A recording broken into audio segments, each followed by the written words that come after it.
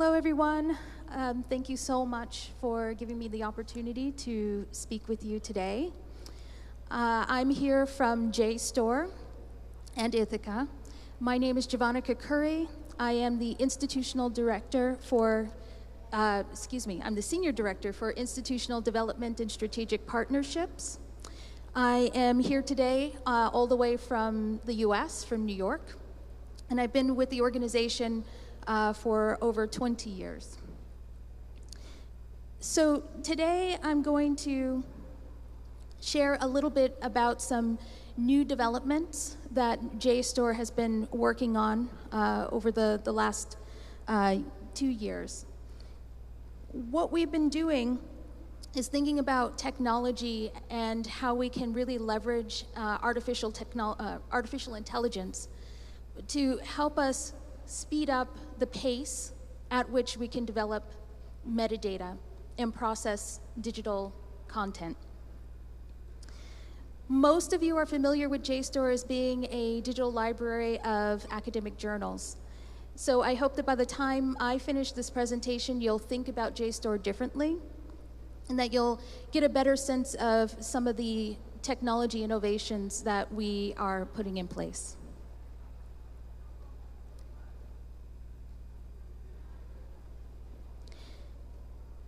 So first of all, some folks have asked us if JSTOR is changing its name. For those of you that are familiar with JSTOR as a brand, we are not changing our name. JSTOR is part of Ithaca. Ithaca is a not-for-profit organization that has been in existence for quite some time. Our mission as an organization is to impact the world by providing greater access to knowledge and education. We try to do this in a way that makes access to knowledge more affordable and more effective. And we fulfill our mission by impacting technology innovation, creating content, and also in developing research that impacts libraries in the academic community.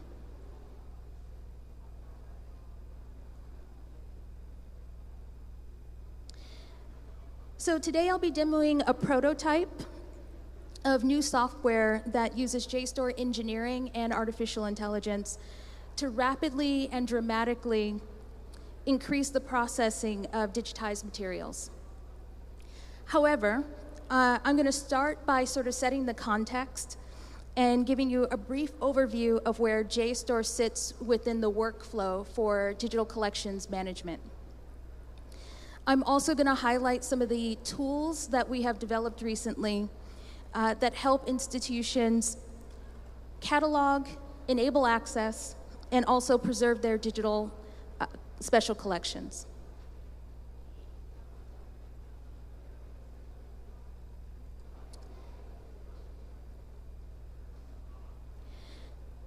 As stewards of rare and unique digital collections, libraries face many challenges. We have been evolving our knowledge in this space since we first launched a pilot called Community Collections about 5 years ago. As we deepened our research and the relationships around the research to expand, we've been able to expand our solutions that we offer. We now have a very clear picture of an environment where libraries are struggling with the overwhelming backlog of digitization, metadata creation, and preservation tasks.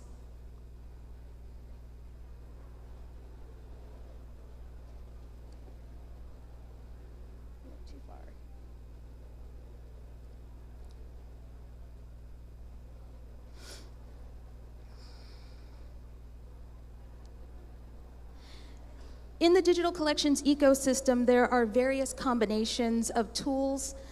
What we're looking at here is sort of the ecosystem that we have observed from doing 20 interviews, or interviews with 20 institutions.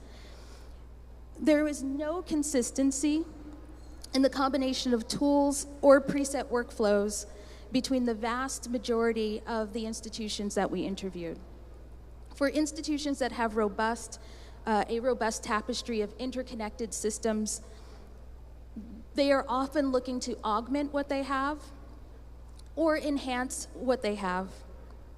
But there are other situations where institutions are looking to replace their existing systems or to simplify their workflows.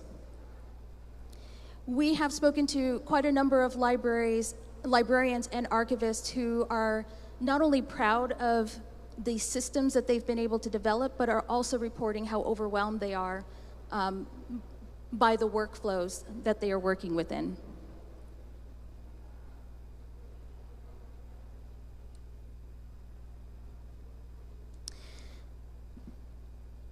We conducted over 100 interviews with library directors and leaders over the last 2 years, and we consistently heard that due to the volume and pace of acquiring digital content, most digital collections are unprocessed. In fact, what we've heard is about 95% of digital collections are unprocessed, leaving only about 5% of those collections accessible, either open access or within institutions. Compounding these issues are the concerns with obsolescence. So the concerns around the idea that file formats are going to change, and how do institutions keep pace with those changes in file formats when it comes to the preservation of born digital content or of digitized content. And lastly, we learned that it's really difficult for institutions to address these issues when the core of a library's mandate is to manage these collections, but that often is not aligned with an institution's strategic directions.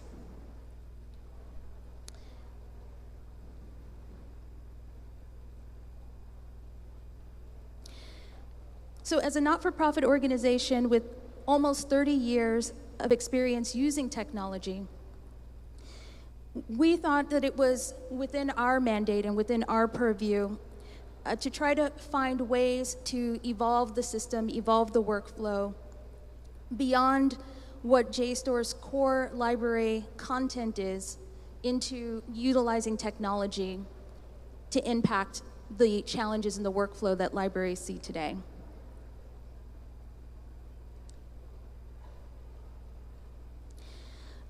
To talk a little bit about some of the services that we have already developed in this space, in 2023, we launched a suite of services to support institutions in digital collection stewardship. We have built cataloging tools through our service called JSTOR Forum. We have a service that enables institutions to host their already digitized collections on the JSTOR platform, enabling those collections to get more visibility and to be more discoverable. And we also have a service called Portico that helps institutions preserve their digitized collections. All of these services work together in unison, and they can also work independently based on what library needs are. Since we launched these services, for the last 2 years, we have been able to work with 300 institutions that are now hosting over 2,000 collections on the JSTOR platform. The use of that content is increasing every year.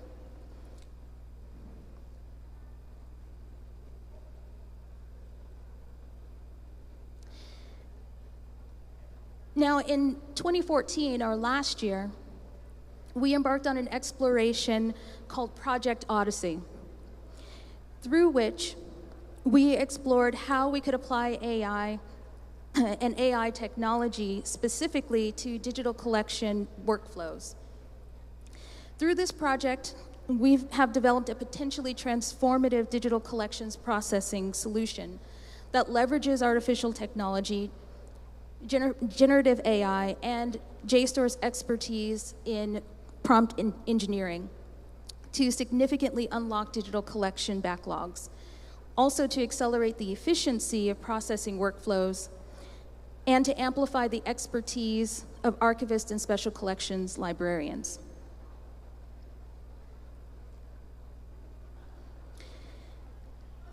In the prototype that we have created, the prototype and the tool itself is able to generate high-quality descriptive metadata along with information and insights that better help the end user understand and organize the materials.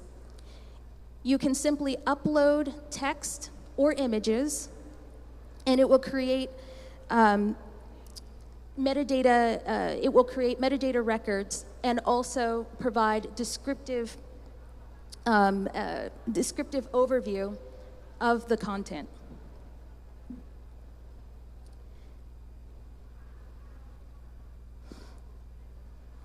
In this example, what we're seeing is the metadata records that get created once the content is uploaded into the tool.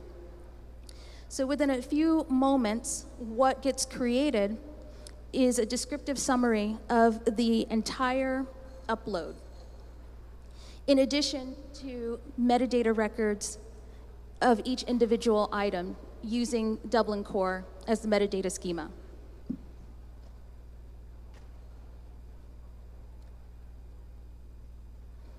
We also provide a confidence score for each field and then aggregate that confidence score to give you an overall picture of how confident the AI tool is in the metadata records that have been created. The confidence score is meant to serve as contextual guidance for the real experts, which are archivists and librarians, to be part of the workflow or still part of the process, to review and approve the produced metadata records.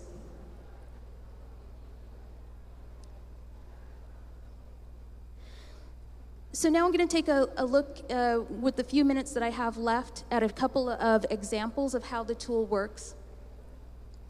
In this particular example, we have a newspaper article that's coming from Baylor University. The article is from January 22nd, 1927. The collections processing tool has been able to extract information from the article, giving a description of the article, identifying the publisher, the date, and giving a sense of not only a description, but a description that an archivist or a librarian would generally align with this type of content.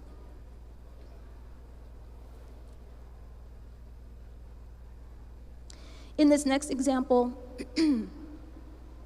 which is more complex, we have both text as well as annotations on the article itself. And in this particular example, the metadata tool is able to distinguish between the annotations as well as the article.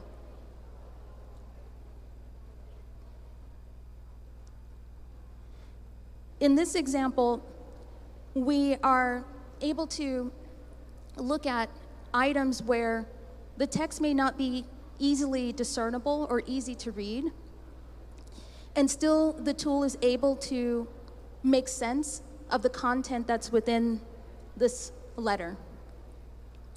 One thing that you may notice is that there are some areas where the metadata tool is not providing information.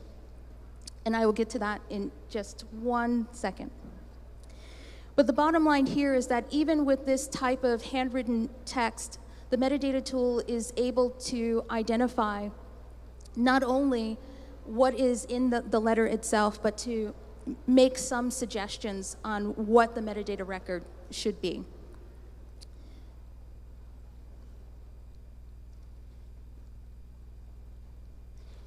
In this example, we are also able to work with images, and in this particular case, there is no text for the tool to work with, but it's able to identify that the image is of a fish drying process in a rural area.